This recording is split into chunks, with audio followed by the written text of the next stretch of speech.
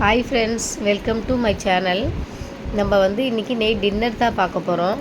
பூரியும் உருளைக்கிழங்கு புட்டும் பார்க்கலாம். நம்ம ஒரு கடாயில் கொஞ்சமாக எண்ணெய் சேர்த்துட்டு அது காஞ்சதும் கடுகு உளுந்து போட்டுக்கலாம். உளுந்து கொஞ்சம் நிறையவே போட்டுக்கலாம். கூடவே கடலைப்பருப்பும் கொஞ்சம் போட்டு நல்லா நம்ம வறுத்துக்கலாம்.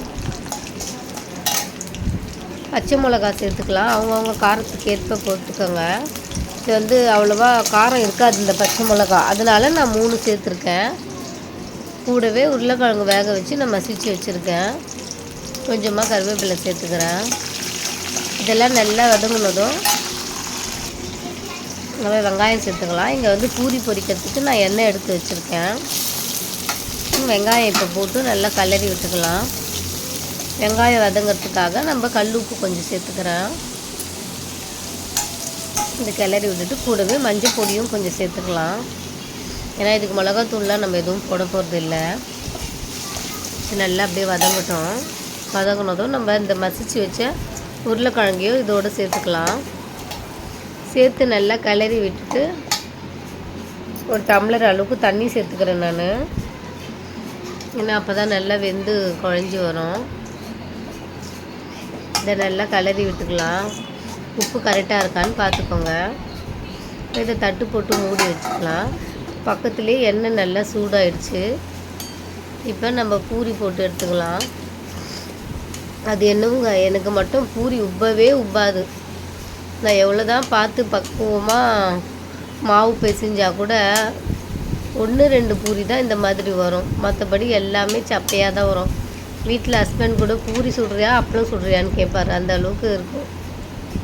அது நான் எவ்வளோ ட்ரை பண்ணிட்டேன், ஆனாலும் பூரி அவ்வளோ உப்பவே மாட்டேங்குது. அது ஏன்னு தெரியல. ஏதாச்சும் டிப்ஸ் இருந்தால் கமெண்ட்ஸில் சொல்லுங்கள்.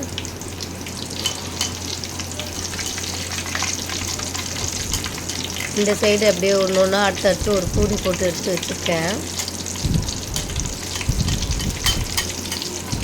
1-2 உப்பிச்சுன்னா அடுத்தது எல்லாமே சப்பையாக தான் வரும் எனக்கு. அது ஏன்னு இப்போ வரைக்குமே எனக்கு தெரியல. ஜோதிகா சொல்லுவாங்கள்ல, நான் பூரி போட்டால் எப்போவுமே புஷ்ஷுன்னு தான் வரணும். அந்த மாதிரி எனக்கு வரவே வராது. அது ஏன்னு இப்போ வரைக்கும் தெரிய மாட்டேங்குது. ஃப்யூச்சரில் பார்க்கலாம். இந்த சைடு நல்லா கிளறி விட்டு ஓரளவுக்கு கொதி வந்துடுச்சு. ஆனாலும் இது நல்லா இன்னும் கொஞ்சோண்டு வேகணும். இல்லை, நான் அடுத்தடுத்து பூரி போட்டுகிட்டே இருக்கேன். தண்ணி நல்லா சுண்டி வந்துருச்சு. கையோட கொத்தமல்லி தூவி இதை இறக்கிக்கலாம். உப்பு காரம் இல்லைன்னா இப்போ பார்த்துட்டு கூட நீங்கள் சேர்த்துக்கலாம். காரம் ஒன்றும் பண்ண முடியாது, பச்சை மிளகா தான். உப்பு மட்டும் பார்த்துக்கோங்க.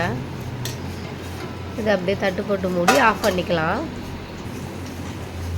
பார்த்தீங்களா, இதுக்கு மேலே பூரி எனக்கு உப்பவே உப்பாது. அது வீட்டில் பூரி செய்யும் போதெல்லாம் காமெடியாக தான் இருக்கும். சப்பாத்தி கூட ஓரளவுக்கு நல்லா வந்துடும். பூரி அவ்வளோதான் ஃப்ரெண்ட்ஸ். பூரியும் உருளைக்கிழங்கு மசாலா சொல்லலாம், உருளைக்கிழங்கு புட்டு சொல்லலாம் ரெடி ஆயிடுச்சு. ஓகே ஃப்ரெண்ட்ஸ், பாய்.